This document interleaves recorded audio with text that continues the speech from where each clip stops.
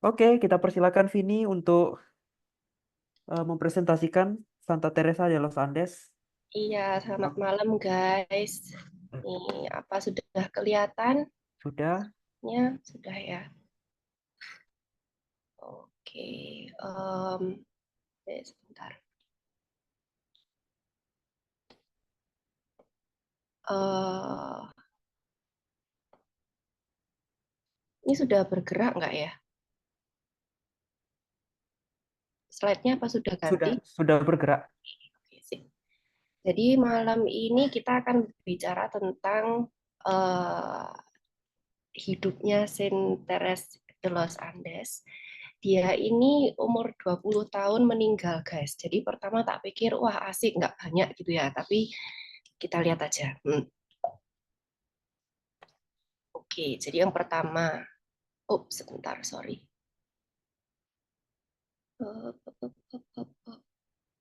Ini kok videoku nggak bisa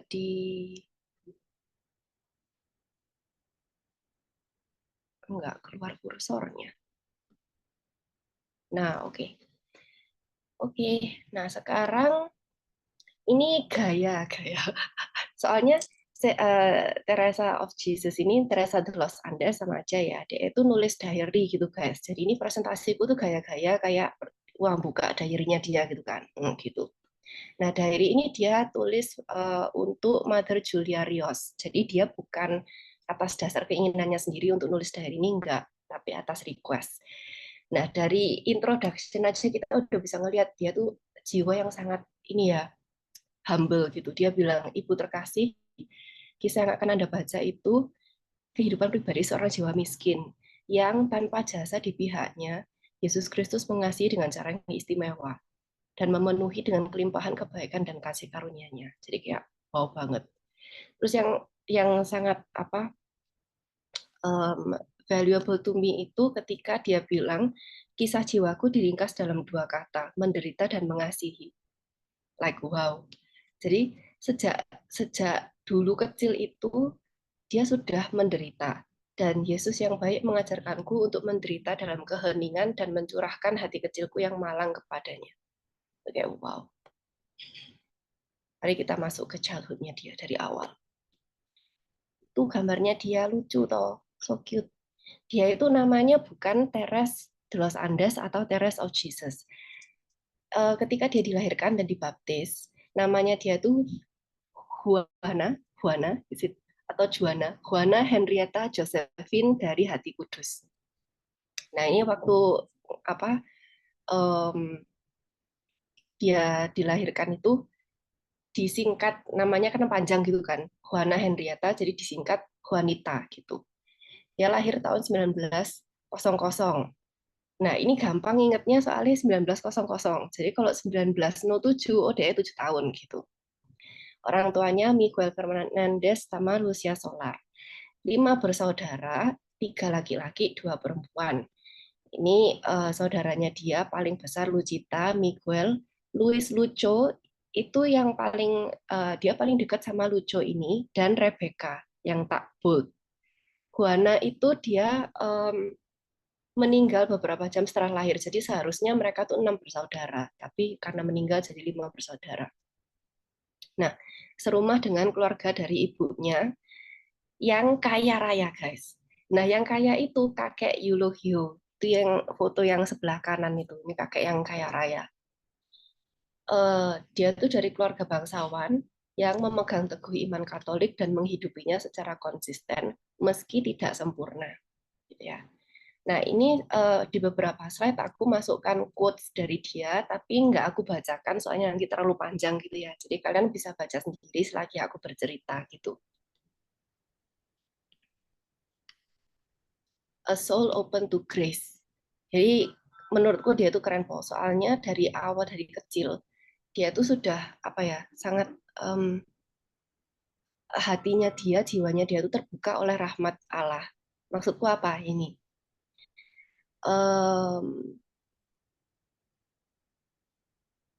di tahun 1906 itu ada gempa besar di Santiago yang sangat berkesan bagi dia. Karena apa? Bayang no guys, dia ini dari keluarga bangsawan, dia hidup di tengah apa ya, luxury dan berkelimpahan, kekayaan yang berkelimpahan gitu kan. Baru kali itu dia melihat bencana alam yang begitu menegangkan dan orang-orang itu susah, ada yang menderita, ada yang mungkin meninggal dan lain sebagainya. Nah, pada saat itu mungkin dia tuh apa namanya? Kemudian merasa wah ternyata hidup di dunia itu it's very fleeting gitu loh, bisa apa ya? Sebentar saja, sekejap saja gitu. Dan pada saat inilah dia bilang, dia tulis di diary-nya, Yesus menguasai hidupku. Gitu, keren Paul. Nah, zaman itu umur peraturannya di gereja Katolik umur 12 tahun baru boleh komuni pertama. Tetapi si wanita kecil itu dia tuh ingin sekali terima komuni. Dari kecil ini 6 tahun kan ya berarti. Ketika apa logikanya dia tuh sudah mulai terbuka, kayak dia sudah sadar, sudah bisa mikir gitu loh guys. Nah, dia tuh ingin sekali terima komuni, sangat rindu, tapi nggak boleh karena belum cukup umur. Nah, kerinduan ini membuatnya sangat menderita, dan penderitaan inilah yang membuat jiwanya semakin dewasa. Tiap hari dia tanya, bisa terima komuni nggak? Setiap hari selalu dijawab sama orang tuanya, nggak boleh. Terus lama-kelamaan dia sadar akan kelemahan-kelemahan dan keburukan dia. Dan dia berusaha keras untuk merubahnya. Karena mindset dia adalah, kalau aku begini terus, aku tidak pantas menerima Tuhan dalam sakramen Maha Kudus. Menerima Tuhan dalam komuni. Keren tuh. Kecil-kecil loh, umur 6 tahun loh bisa mikir kayak gitu. Ya, ini gambarnya dia umur 10 tahun, terus itu papanya dia sebelah kanan. Yang di bawah itu keluarga besarnya. Kakeknya itu punya tanah yang sangat besar sekali di Cakabuco itu. Tanah pertanian gitu ya. Jadi dia mempekerjakan banyak petani-petani gitu. Dan banyak kuda-kuda. Kaya banget, kaya raya. Nah, gimana sih karakternya si wanita kecil? Dia tuh sangat baik dan ceria. Dia sangat aktif, suka main dengan cowok-cowok sampai dimarahi sama mamanya, mungkin sampai belepotan semua. Terus, nah ini, dia itu karena baik, ceria, dan cantik. Dia tuh sering dipuji sama orang-orang di rumah, sama siapapun kecuali ibunya. Ibunya enggak suka memuji dia karena nanti jadi GR. Nah, sungguhan, karena sering dipuji, dia jadi ada rasa sombong. Jadi dia later on, dia itu berkata ketika dewasa, dia berjuang sangat ini, benar-benar berjuang untuk mengatasi kesombongannya dengan berlatih rendah hati. Terus apalagi, dia tuh benci mematuhi karena dia anak favorit, jadi dia tuh dimanja dan dia terbiasa semua keinginannya tuh terpenuhi. Jadi kalau disuruh-suruh tuh paling mencucu, paling gak seneng. Itu di sebelah kanan dia bilang, dia pernah nulis, mahal harganya bagiku untuk menaati, terutama ketika aku diperintah untuk melakukan sesuatu. Lalu aku akan melakukannya pelan-pelan karena kelalaian. Bener banget, kayak relatable banget gak sih guys? Disuruh gitu, mencucu, terus ya satu sing-song ngerjain pelan-pelan gitu. Aku merasa sangat relatable banget. Nah, karakter dia lagi yang apa? Wow, itu amarahnya yang meledak-ledak. Dia tuh sering berkata membuat darahku mendidih gitu. Kayak misalnya, aduh kamu tuh jangan sih membuat darahku mendidih kayak gitu. Misalkan. Nah, itu justru karena masih kecil ya, sama koko-kokonya itu justru digarai. Soalnya lucu gitu kan. Sengaja dibikin ngamuk gitu. Nah, ada satu cerita insiden dengan suster itu waktu dia SD, dia itu kan di asrama Hati Kudus. Nah, itu dikelola oleh suster-suster. Nah, suatu hari suster ini membagikan kayak sesuatu gitulah kepada anak-anak gitu. Nah, dia itu dapat bagian yang pokoknya sodok jelek, sodok kecil atau sodok gimana gitu, sodok kurang gitu. Dia tuh marah, dibanting barangnya, dibanting beruak gitu ke tanah. Terus habis itu susternya kaget toh. Terus susternya ngasih barang yang baru, dia nggak mau. Kayak gitu. Dia stubbornnya dan marahnya tuh bener-bener kayak sampai segitunya. Dari kecil ini karakter dia gitu kan. Terus pernah insiden dengan saudara perempuan ini, mungkin ini cukup besar dia ya, jadi dia bisa mengontrol diri. Pernah itu dia sama saudara perempuannya tukaran, tukaran. Terus saudara perempuannya tuh nampar pipinya dia. Dia ngamuk kan, dia mau nampar balik, tapi akhirnya dia apa kayak hold herself terus nggak jadi gitu. Terus yang keren itu dia dari kecil sangat terkesan dan tertarik akan kasih dan kebesaran Tuhan. Jadi dia suka ke gereja, suka berdoa dari kecil. Dan kehendaknya dia itu sangat-sangat kuat gitu ya, iron will. Pernah dia itu janji dengan kokonya untuk rosario tiap hari dari kecil loh. Dan sampai dia umur 20 tahun sampai dia meninggal itu cuma sekali tok dia lupa. Itu keren. Nah, ini cerita aja. Suatu hari di Cakabugo itu wanita menggandeng eh, tangannya pastor teman keluarga. Ayo pastor, mari kita pergi ke surga. Terus pastornya tanya, di mana jalan menuju surga? Terus wanita jawab, jalan ini, sambil dia menunjuk ke satu pegunungan di Andes. Terus pendeta itu berkata kepadanya, setelah mendaki gunung-gunung tinggi, surga masih akan jauh, sangat jauh. Tidak, ini bukanlah jalan menuju surga. Yesus di dalam tabernakel adalah jalan untuk mencapainya. Jadi kayak guys, kita butuh romo-romo yang kudus karena ya maksudnya Saint Teres itu dia tidak dilahirkan sebagai seorang santa gitu loh, tetapi dan kalian juga udah denger kan karakter aslinya dia tuh kayak gimana gitu. Tapi ya karena didikan Katolik yang benar dari orang tua dan dari orang-orang di sekitarnya, termasuk dari pendeta ini, sehingga membuka jiwanya dia tuh untuk oh wow kayak gini gitu loh, untuk kekudusan, jalan menuju kekudusan dan the truth of the Catholic faith. Nah, tahun 1907 ini kakek Eulogio yang sangat kaya raya itu dia meninggal. Itu ketika si Juanita masuk SD, jadi umur 7 tahun.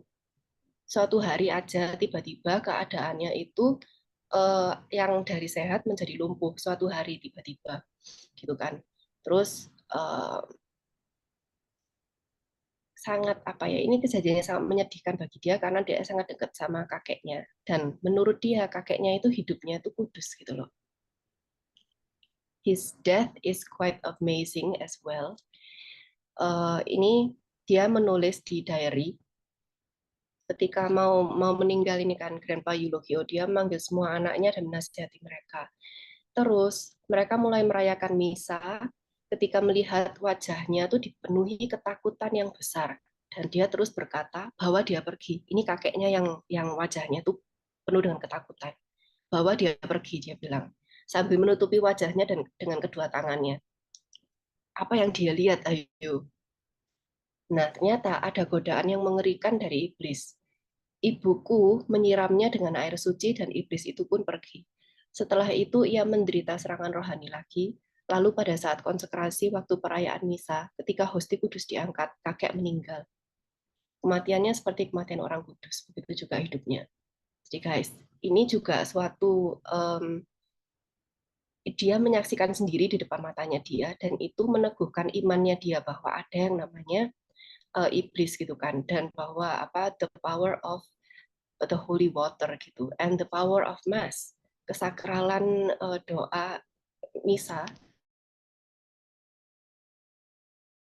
kudus kayak gitu. Nah, Little Juanita itu kan dia mau banget komuni, tapi kan nggak boleh.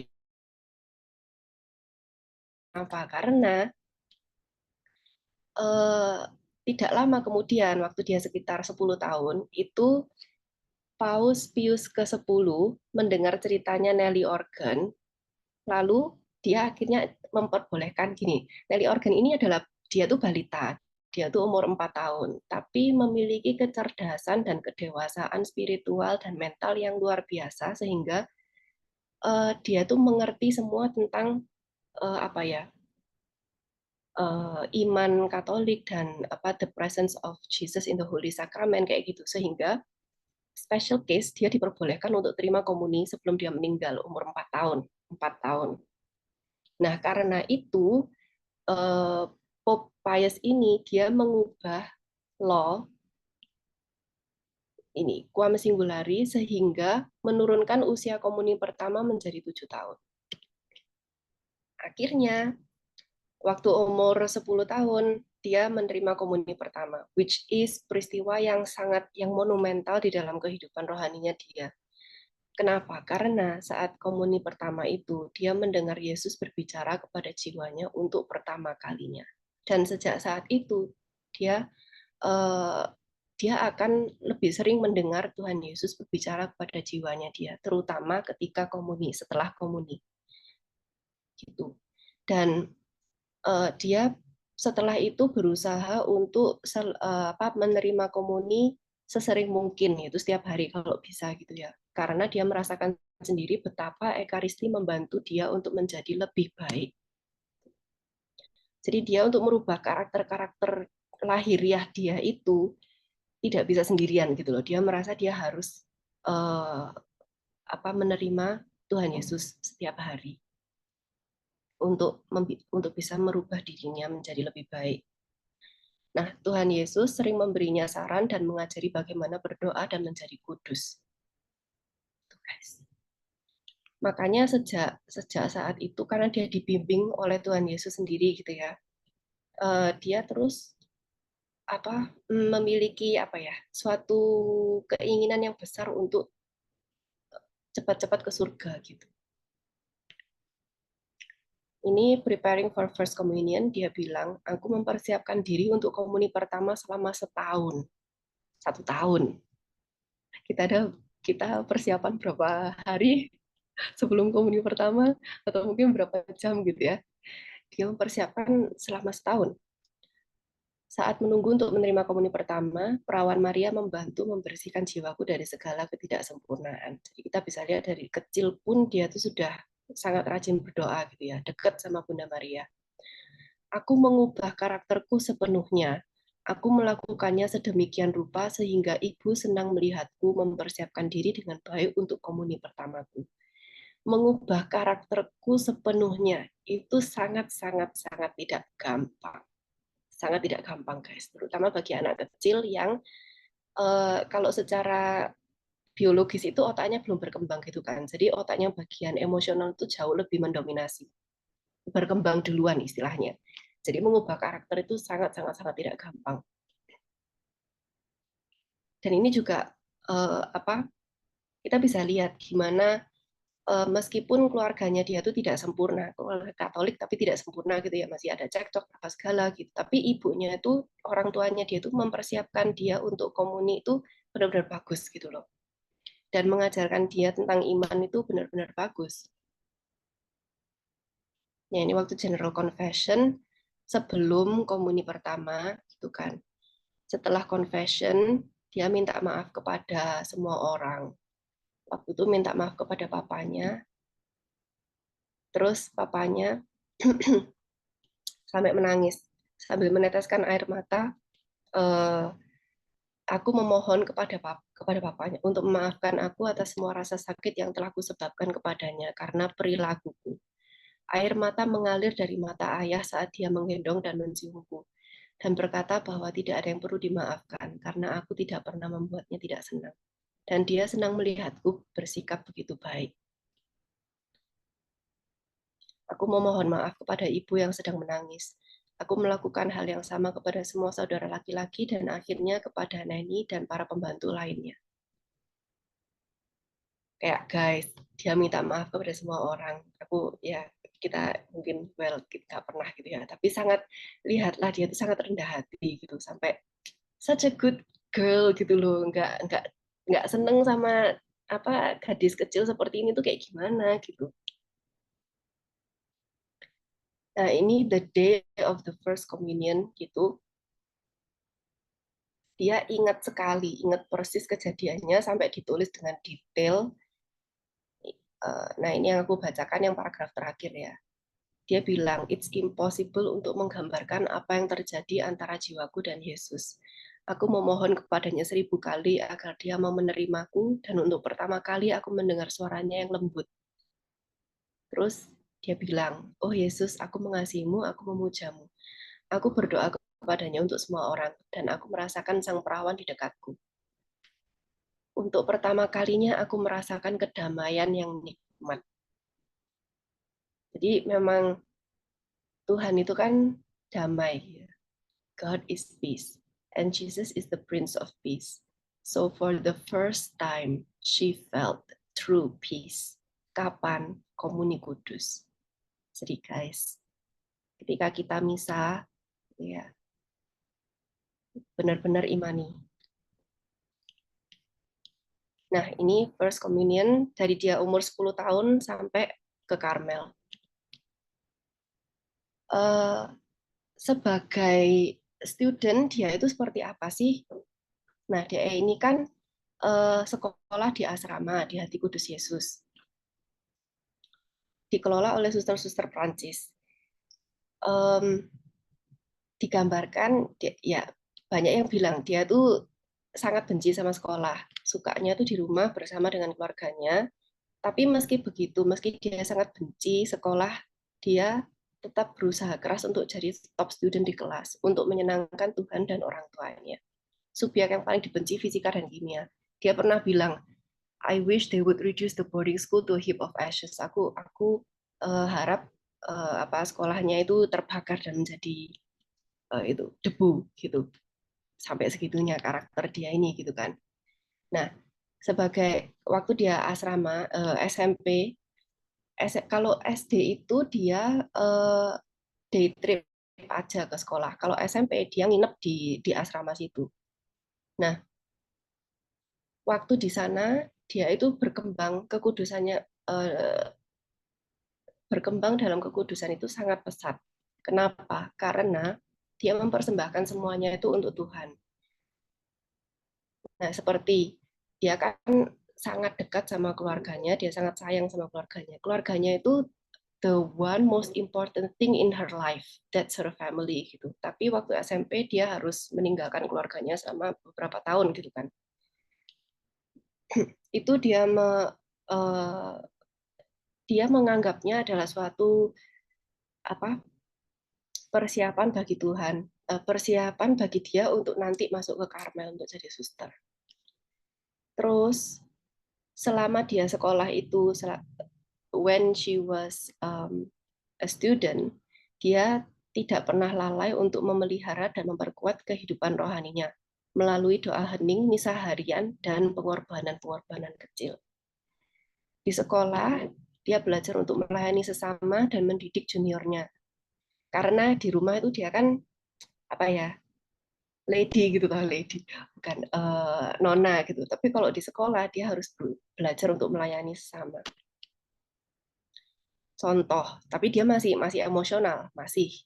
Contoh, suatu hari anak-anak perempuan adik kelasnya dia itu bertingkah laku buruk di meja makan. Terus dia itu jadi sangat tidak sabar.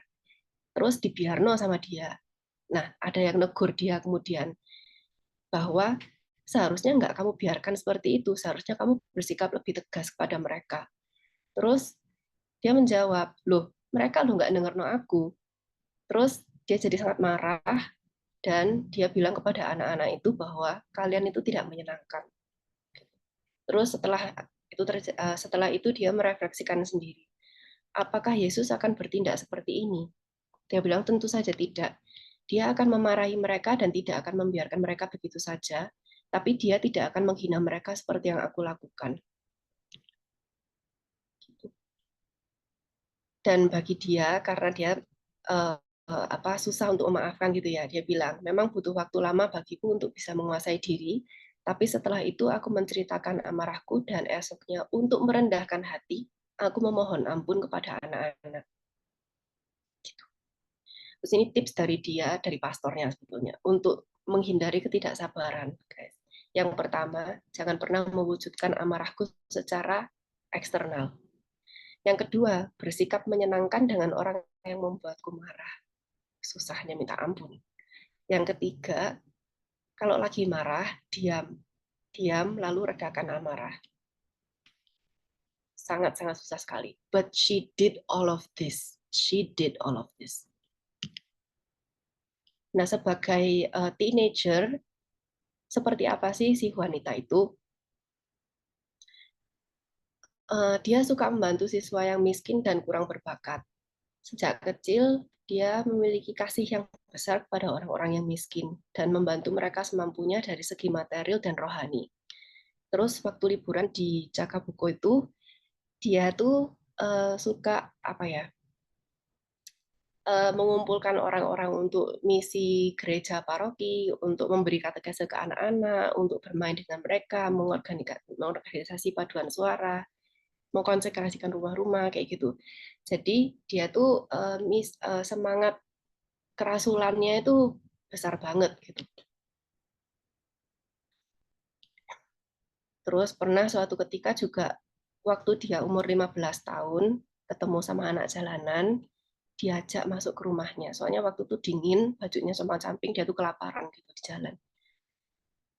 Diajak masuk ke rumahnya, diberi makan minum, dikunjungi keluarganya, diberi baju-baju kakaknya, diurus pendidikannya, sampai dia masuk biara 4 tahun kemudian. Keren nggak? But all of this aside, jadi meski kehidupan rohaninya sangat intens, wanita itu hidup seperti gadis muda pada zaman itu. Dia senang keluarga dan teman-teman, dia senang berolahraga dan tenis, juga suka berkuda, dia suka menikmati keindahannya laut dan pegunungan. Nah, tapi membuat kehidupan dia sebagai manusia itu dan pengalaman-pengalaman rohani dia itu tuh membangun suatu kehidupan interior life yang semakin harmonis, semakin bertumbuh di dalam dirinya. Jadi misalnya ketika dia sendiri, dia akan berdoa, dia merenungkan misteri Tuhan. Tapi ketika bersama orang lain dan teman-teman, dia tetap bersikap alami, baik, dan gembira. Meskipun dia sendiri tuh kesehatannya nggak terlalu baik ya, dia sering sakit-sakitan. Tetapi dia tetap riang gembira dan dia tetap suka bercanda sama teman-teman, sama keluarganya itu biasa aja, tetap riang gitu. Kenapa? Karena bagi dia penderitaan ini adalah kasih karunia dari Tuhan, bukan suatu yang harus disesali atau harus disedihi atau kayak gitu, enggak. Dia menggunakan penderitaannya sebagai pemurnian rohani untuk menjadi semakin dekat dengan Tuhan. Itu kerennya. Jadi umur 15 tahun guys, dia tuh bisa mikir kayak gini. Selama 15 tahun Tuhan sudah memelihara hidupku. Pada umur 14 tahun itu aku baru saja sakit dan hampir mati, tetapi dia memberiku kehidupan. He gave me a second life. 15 tahun dia bilang, apa yang sudah aku lakukan dalam 15 tahun ini? Apa yang sudah aku lakukan untuk menyenangkan Raja yang Maha Kuasa dan Pencipta yang paling penyayang yang menciptakanku? 15 tahun dia udah mikir kayak gini.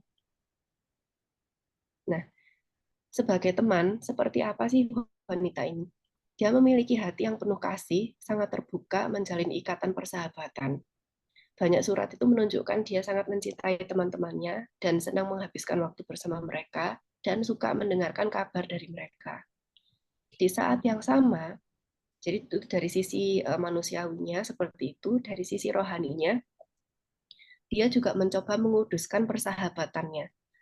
Karena dia mengerti bahwa persahabatan manusia yang sejati itu tuh di perfected, dimurnikan, dimuliakan, dibuat lebih sempurna di dalam kasih Allah.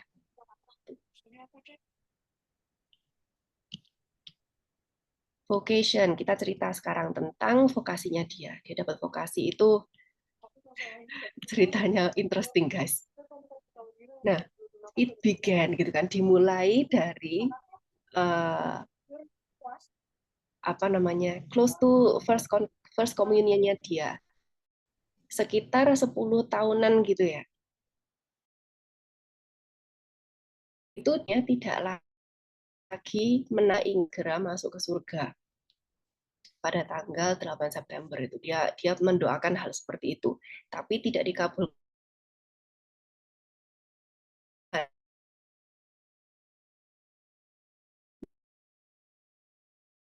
Itu sakit September. Sedemikian rupa sehingga mereka percaya berkali-kali bahwa aku akan meninggal. Saat umur 12 terjangkit difteri.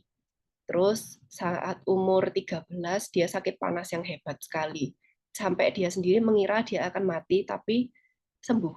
Jadi berkali-kali miraculously dia sembuh. Terus umur 14 itu dia kena appendicitis. Nah, ini penyakit yang cukup panjang, mungkin hampir setahunan lebih. Itu suatu hari, ini cerita, ketika diranjang, dia terganggu oleh suatu pemikiran. Kebiasaannya, dia akan bertanya kepada Bunda Maria, yang kemudian memberinya saran. Tetapi si wanita ini bingung, terus dia berkata, ini bukan suara ibuku, karena dia tak akan berkata seperti itu kepadaku. Lalu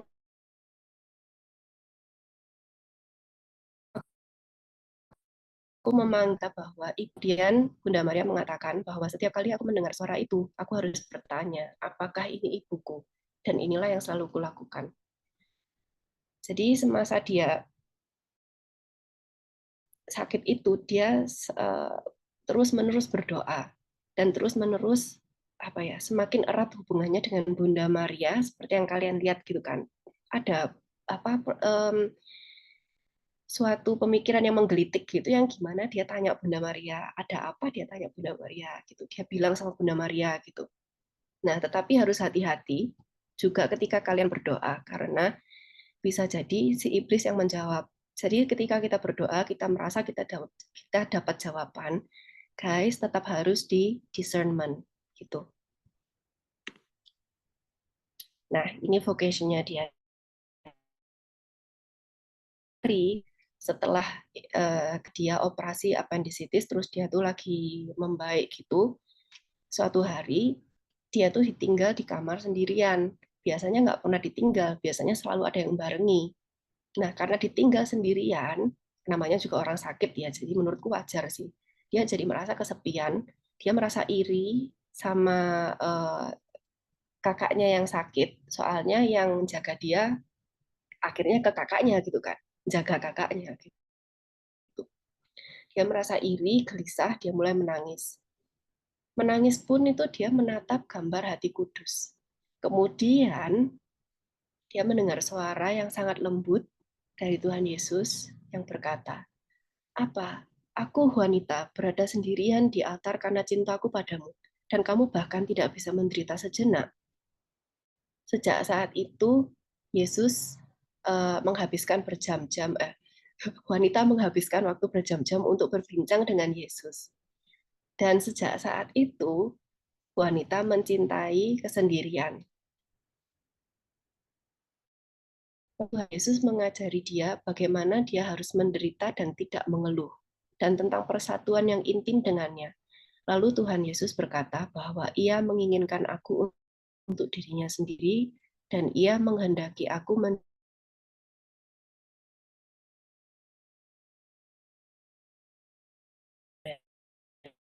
sure 100% panggilan dia adalah untuk menjadi suster. Karena sangat jelas sekali Tuhan Yesus sendiri yang bilang gitu. Nah, ini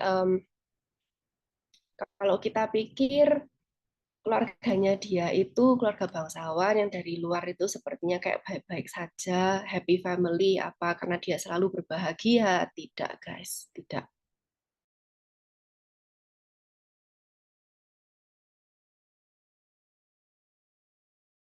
Ya, ngatur tanah-tanah yang ditinggalkan dari grandpa-nya yang kaya raya. Tetapi dia itu tidak menyerah dan sering bepergian, makanya akibatnya jarang di rumah. Nah, Ibu Lucia, ibunya dia, itu yang seorang diri membesarkan anak-anak dan mengurus pendidikan mereka. Papa dan Mama ini suka bertengkar, meskipun ya sama-sama Katolik, beriman juga iya, tetapi tidak sempurna pernikahan mereka. Nah, si Luco kokonya itu ketika remaja dia mengejar ilmu pengetahuan dan mulai meragukan imannya. Lalu dia suka mabuk dan berpesta. Nah, mamanya tuh sangat sedih sampai dia berdoa memohon sama Tuhan untuk ambil saja dia daripada terus hidup dalam dosa dan berakhir di neraka. Jadi ini menunjukkan iman mamanya wanita ini yang diteruskan ke anak-anak gitu loh ya, seharusnya cuma namanya anak gitu ya, dia terutama si Lujo ini sangat gitu. Bayangkan si wanita yang sangat dekat sama Tuhan, yang sangat sangat beriman, melihat ke kokonya sendiri seperti ini yang dia sangat dekat gitu kan, itu gimana perasaannya. Nah, jadi ketika dia umur 17 tahun, si wanita itu mempersembahkan hidupnya kepada Tuhan untuk menyelamatkan Lucio dari keraguan imannya. Tetapi Tuhan tidak menerima persembahannya. Tetapi Tuhan mengatakan bahwa permintaannya akan dikabulkan nanti. Ketika dia umur 17 tahun itu, akibat manajemen yang buruk dari Papa Miguel, itu mereka harus hidup lebih sederhana. Sementara keluarganya itu berduka atas kehilangan kekayaan mereka. Si wanita ini malah perspektifnya dia itu malah berbeda karena dia sudah sangat dimurnikan gitu ya, sehingga dia itu melihat peristiwa ini sebuah panggilan ilahi untuk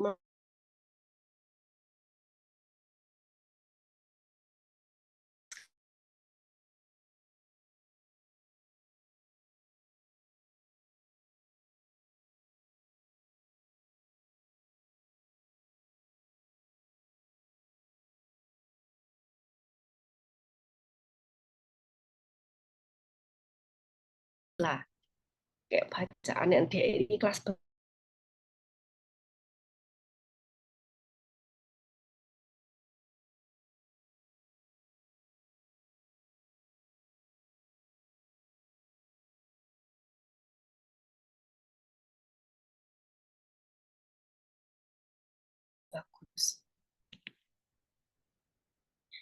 Nah, ketika dia umur 18 tahun, harusnya kan masih SMP tuh, tapi dia balik ke rumah, meninggalkan sekolah. Karena kakaknya dia yang paling besar, Lucita, itu menikah. Jadi Lucita ini biasanya membantu mamanya dia untuk pekerjaan rumah tangga. Karena dia sudah menikah, keluar gitu kan, keluar dari keluarga. Si wanita ini ditarik kembali ke rumah. Nah, dia, si wanita, akhirnya mendedikasikan dirinya untuk tugasnya dan menerima segala pengorbanan demi kebahagiaan keluarganya. Si wanita bilang, dulu aku tidak percaya bahwa kehidupan keluarga adalah kehidupan yang penuh pengorbanan.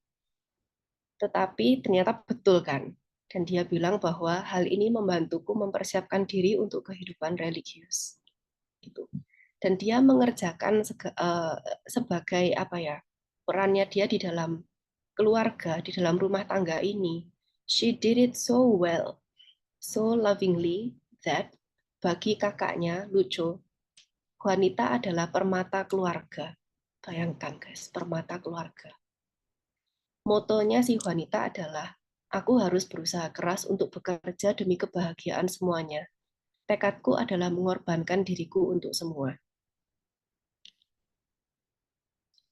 Nah, terus September, umur 18, tetap umur 18 September, dia menulis ke Biara Karmel di Los Andes untuk menyampaikan ke mereka bahwa aku tuh ingin menjadi biarawati Karmelit. Gitu. Terus sambil menulis itu dia juga sambil berdoa kepada Tuhan supaya memberi dia kekuatan karena ada rintangan untuk masuk biara Karmel. Yang pertama, kesehatannya dia yang buruk. Kalau kesehatannya buruk nggak diterima. Terus yang kedua, kurangnya pengertian dari keluarganya karena dia juga ingin dong dapat dukungan dari keluarga. Terus yang ketiga, masalah keuangan untuk mendapatkan dauri. Jadi dulu itu tradisinya kalau dia itu mau masuk ke biara, dia harus memberi uang dauri juga kepada biara kayak gitu. Semua suster-suster dulu kayak gitu. Sedangkan mereka ini mendapat financial difficulty gitu kan. Terus 2 hari kemudian, 7 September, dia menulis surat ke Biara Karmel untuk minta izin masuk dan disetujui. Apakah dia pernah meragukan panggilannya dia? Pernah jawabannya guys, pernah. Dia bilang, aku memiliki banyak keraguan mengenai panggilanku. Banyak keraguan. Ini pribadi yang rajin berdoa loh. Ini pribadi yang misa tiap hari dan rosario tiap hari. Sangat dekat dengan Tuhan sampai bisa mendengarkan suara Tuhan gitu kan. Tetapi tetap saja dia memiliki banyak keraguan. Dia tuh ragu apakah harus menjadi anggota kongregasi hati yang terluka atau menjadi karmelit kayak gitu, bimbang. Meskipun Tuhan kita telah menyatakan kepadaku berkali-kali bahwa aku harus menjadi seorang karmelit. Tuh. Jadi bagi kita-kita yang sudah ngerti panggilan hidup kita tuh apa, tapi juga masih ada kebimbangan, don't worry, normal.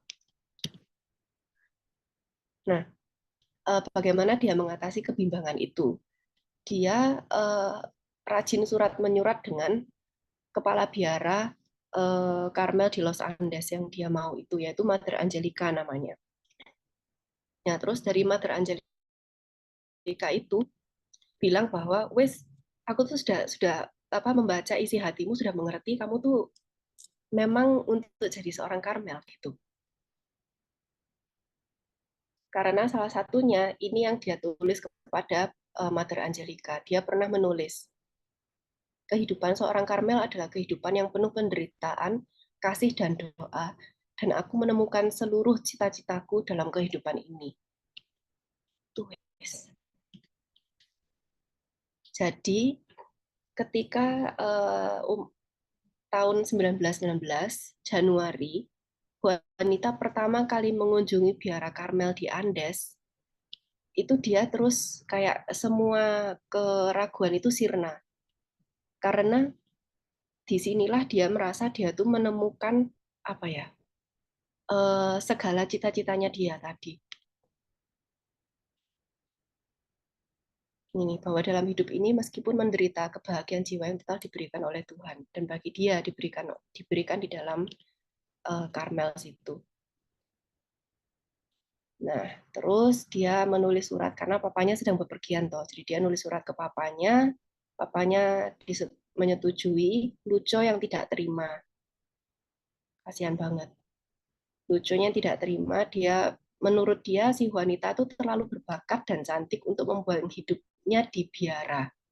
Jadi sehari sebelum wanita masuk Karmel, bayangkan, Luco menulis surat yang panjang membujuk dia untuk tidak pergi. Lalu si wanita menulis jawabannya dengan penuh pengertian dan kasih. Kayak aku nih jadi wanita merasa sedih sekali kalau kukuku ya toh, dulu kasihan sekali. Nah, sekarang ini 11 bulan dia di Karmel sampai kematiannya, guys. Luar biasa. Ini terakhir ya, yang kisahnya dia yang terakhir. Pertama-tama, the honeymoon bliss. 8 hari aku berada di Karmel, dia bilang. 8 hari aku berada di surga. Aku merasakan cinta ilahi begitu besar sehingga ada saat-saat ketika aku merasa tidak mampu menolaknya. Dia tuh saking berbahagianya, dia sampai bilang, dia tuh makhluk yang paling berbahagia. Dan ini tuh konsisten sampai 11 bulan ke depan. Konsisten, guys. Sebagai postulan, dia tuh orang yang seperti apa? Dia adalah postulan yang sangat selalu dan sangat bersukacita. Sukacitanya sangat dalam dan meluap-luap. Kenapa? Karena ini benar-benar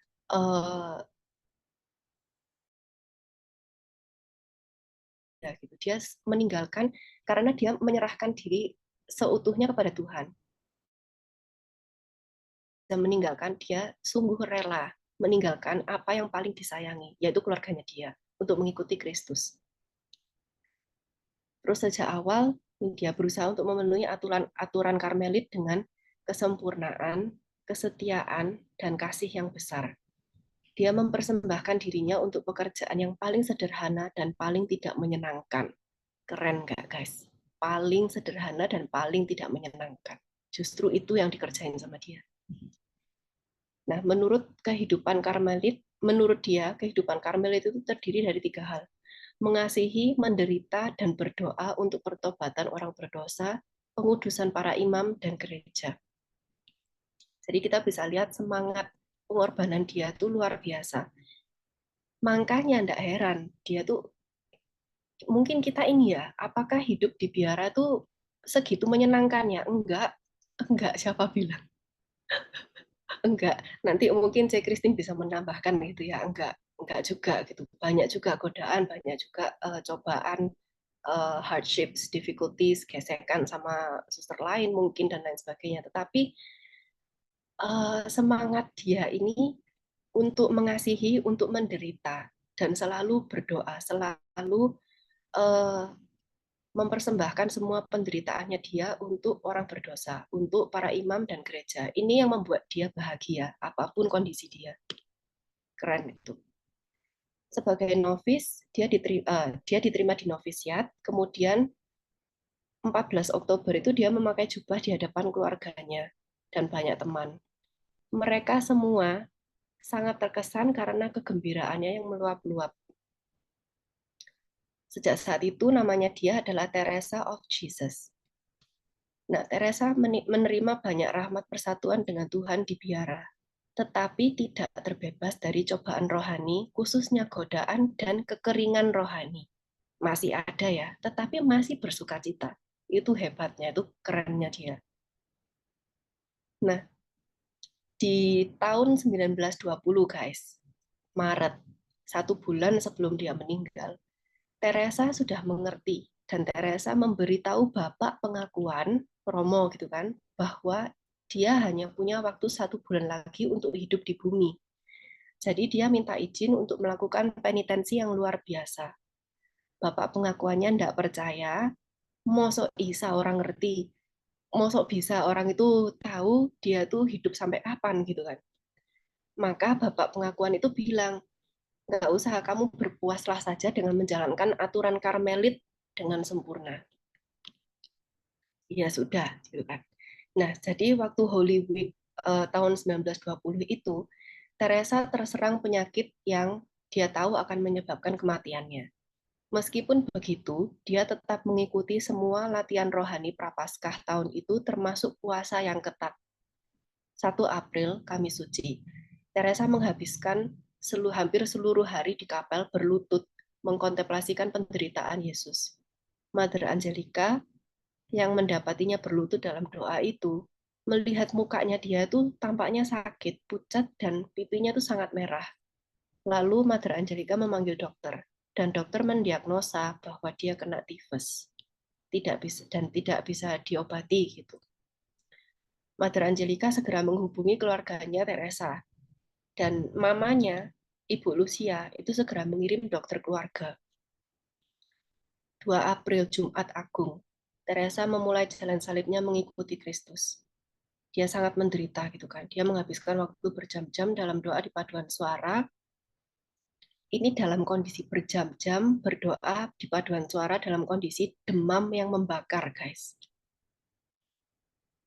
Keren, Soro. Terus, karena sakit panasnya yang sangat tinggi, Teresa juga menderita delirium. Selain itu, dia menderita kegelapan rohani yang ekstrim. Beberapa dokter memeriksanya lagi, tapi tidak berhasil meredakan demam yang menggerogotinya, dan diagnosa mereka ini tifus tingkat lanjut, sudah nggak bisa diobati.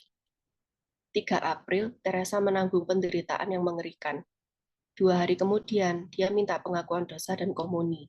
Dia menderita keputusasaan yang mengerikan. Iblis mencoba meyakinkannya bahwa Tuhan telah menolak dia karena ketidaksetiaannya. Mother Angelica menyarankan Teresa mengucapkan kaulnya. Keesokan harinya, mamanya datang ke biara, bawa izin tertulis supaya Teresa dibolehkan keluar untuk ke rumah sakit yang bagus di Santiago.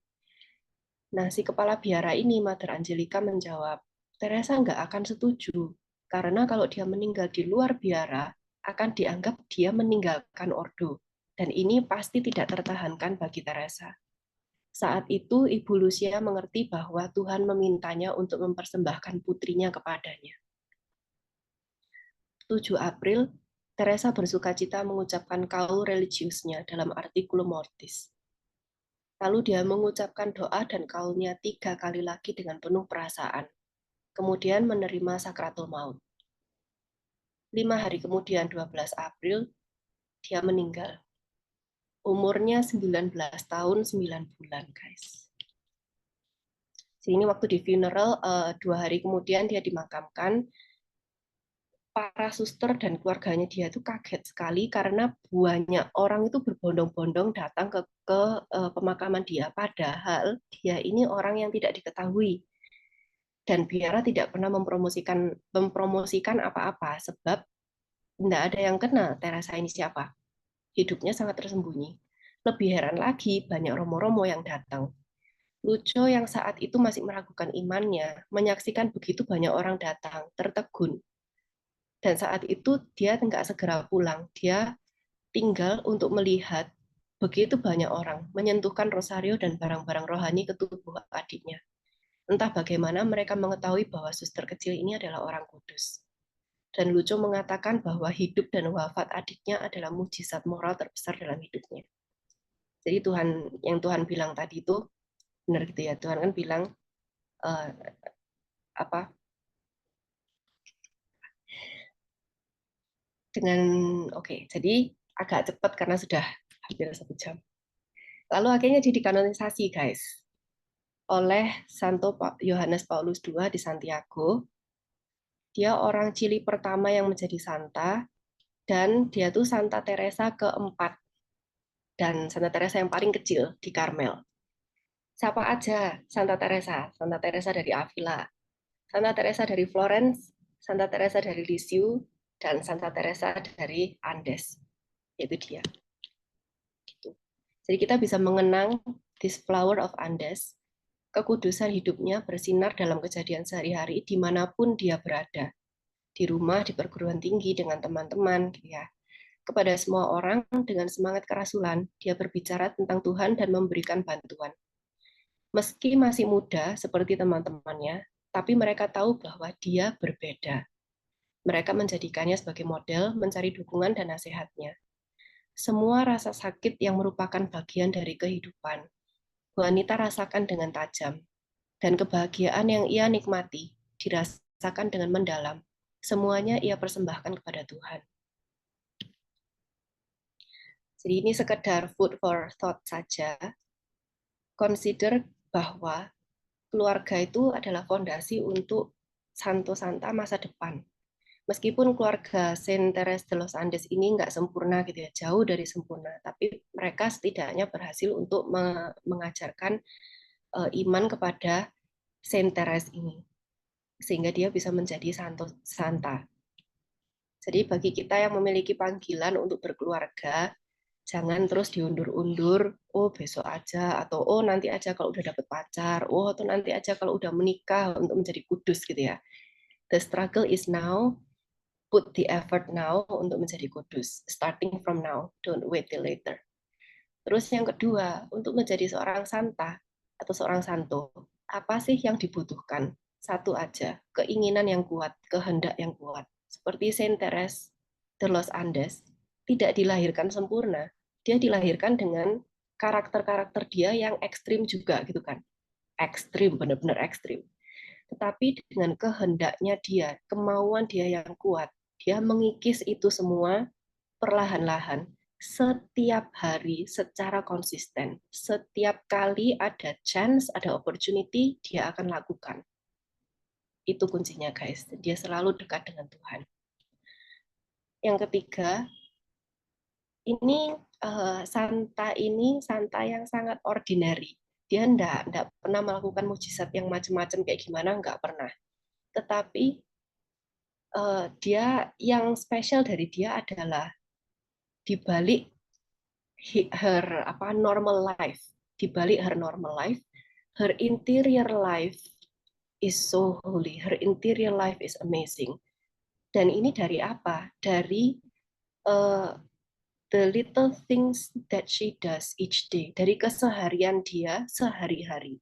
Dia melakukannya dengan sangat bagus. Jadi jangan pernah mengesampingkan atau menganggap tidak penting keseharian kita sebagai manusia. Mungkin kita merasa kayak, aduh kita hidup itu bangun tidur ya kayak gitu aja, kerja apa segala, terus tidur, habis itu bangun lagi kayak gitu.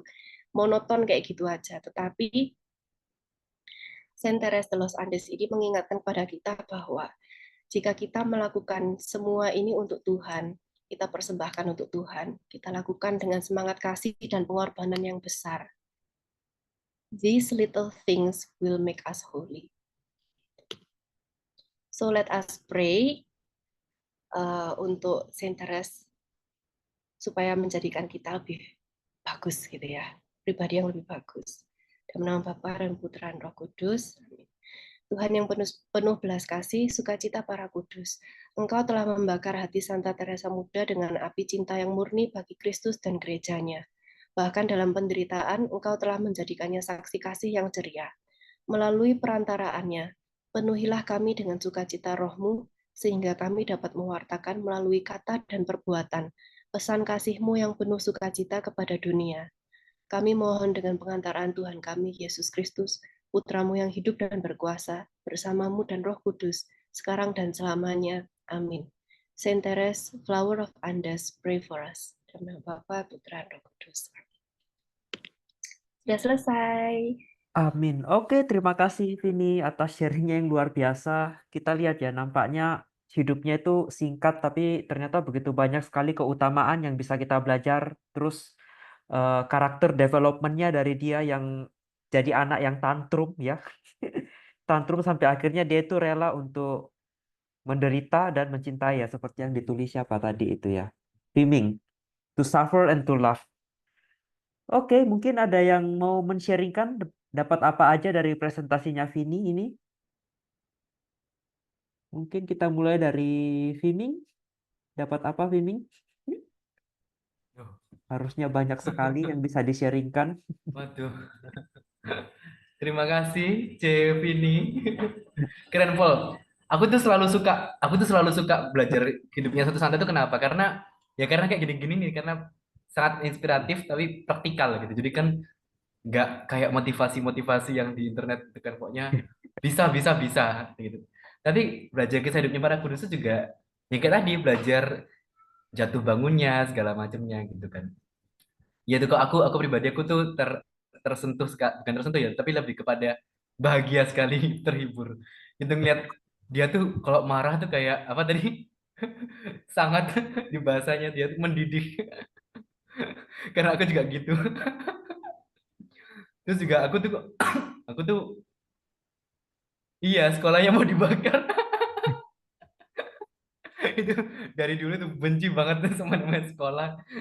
Tapi ya gitu betapa itulah bedanya aku dengan dia gitu ya. Kalau dia tuh kan benar-benar aku mau melakukan ini dengan setia sambil dengan memanggul salib gitu ya. Kalau aku ya aku panggul salib tapi sambil ngomel juga gitu. Sambil nih lapo saya ngapa. Tapi ya itulah kenapa aku tuh cinta sekali mempelajari hidupnya para Gusti karena kayak tadi juga kasih kita inspirasi termasuk bahwa nggak ada yang nggak mungkin gitu loh. Kita semua di sini dengan berbagai macam struggle-nya gitu. Mungkin aku struggle di bidang A tapi tidak struggle di bidang B. Dan yang lain juga gitu. Dan yang lain juga mungkin yang lain tuh sudah kuat di bidang tertentu, tetapi yang lain juga masih struggle di bidang lain. Jadi apapun itu kita semua dibagi jadi kudus kayak tadi Jeff ini udah pernah bilang. Banyak sih yang didapat banyak banget. Tadi itu kayak banyak kata menderita itu kan. Cuman sekarang kita udah benci kata penderitaan. Tapi ya itulah, aku melihat betapa kita tuh jarang banget bahas itu di dalam kelas-kelas kita ya. Di dalam kelas teologi, dalam seminar-seminar, kita jarang loh bahas penderitaan. Tapi kita lihat tulisannya Santo Santa dari zaman dahulu kala itu, semuanya tuh semuanya tuh bukan melakukan penderitaan seperti orang bodoh ya. Maksudnya ya pokoknya ya pasrah saja gitu loh. Juga bukan juga bukan yang gimana ya, em, yang apa tuh istilahnya sekarang tuh ya itulah pokoknya sadisme gitu bukan yang sadomasokis gitu tapi Tapi ya, tapi yang benar-benar dengan kesadaran aku menerima ini, itu aku satukan dengan penderitaannya Yesus. Gitu. Jadi bukan bukan penderitaan yang dihina sama Nietzsche gitu, bukan penderitaan yang oh ini orang beragama nih cuma mau lari dari penderitaan makanya doa. Tapi enggak, justru kita mau menerima penderitaan itu dengan untuk mengubah dunia jadi lebih baik segala macam. Itu sih banyak tentang penderitaan, tentang apa lagi tadi ya? Komuni. Gitu. Betapa kita komuni itu nggak cuman to do list dalam satu hari gitu kan. Kadang-kadang kita misal setiap hari itu kan kadang-kadang ya emang kegiatannya kayak gini, sarapan sarapan Tuhan setiap hari gitu ya kan. Yang lain sarapan Milo, ini sarapan Tuhan. Tapi kadang-kadang kita lupa bahwa ya itu literally Tuhan. Dimana orang zaman dulu tuh, zaman Musa, itu kan kita harus menutup muka kita kok di depan Tuhan, zamannya Elia gitu. Tapi sekarang kita makan Tuhan, literally kita makan. Tuh gimana tuh perasaannya tuh? Jadi ya itu sih diingatkan lagi untuk lebih menyambut Yesus dengan lebih pantas. Terus juga, tadi juga discernment, itu penting, discernment. Jadi ada zaman sekarang apalagi ya, di sosial media tuh banyak banget aku melihat penampakan. Aku melihat Bunda Maria mengatakan kepadaku begini, yang nggak masuk akal gitu, yang bukan cuma nggak masuk akal tapi sesat gitu kan, udah jelas-jelas sesat. Tapi masih ada yang ya itu interesting betapa si Teresa tuh punya jiwa yang enggak, ini kayaknya bukan Bunda Maria, kayaknya nggak bakal bilang kayak gini deh kayak gitu. Jadi banyak sih tadi, penuh banget, kenyang banget tadi. Thank you C, thank you. Yang lain kesempatan buat yang lain. Oke, jadi tadi apa ya? Pertama kali Vini itu presentasi yang langsung poin pertama yang langsung kucatat itu to suffer and to love.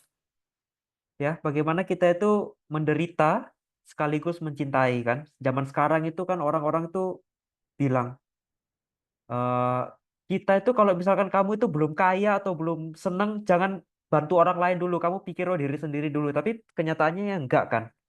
Banyak orang-orang yang kita lihat tuh paling menderita justru orang yang paling punya kasih terhadap sesama gitu.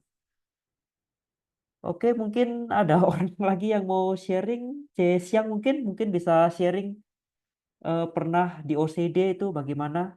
Kebetulan orang yang sama ini juga pernah di OCD. Nita, kayaknya Indonesia tangan yang ke mana semua. ini? Nita, ini juga dari yang tantrum semoga bisa menjadi kudus juga nih. Kurang ajar kamu, tapi kamu benar. Eh, ini di itu dulu deh, di YouTube-nya di end dulu deh. Udah belum? Yang rekam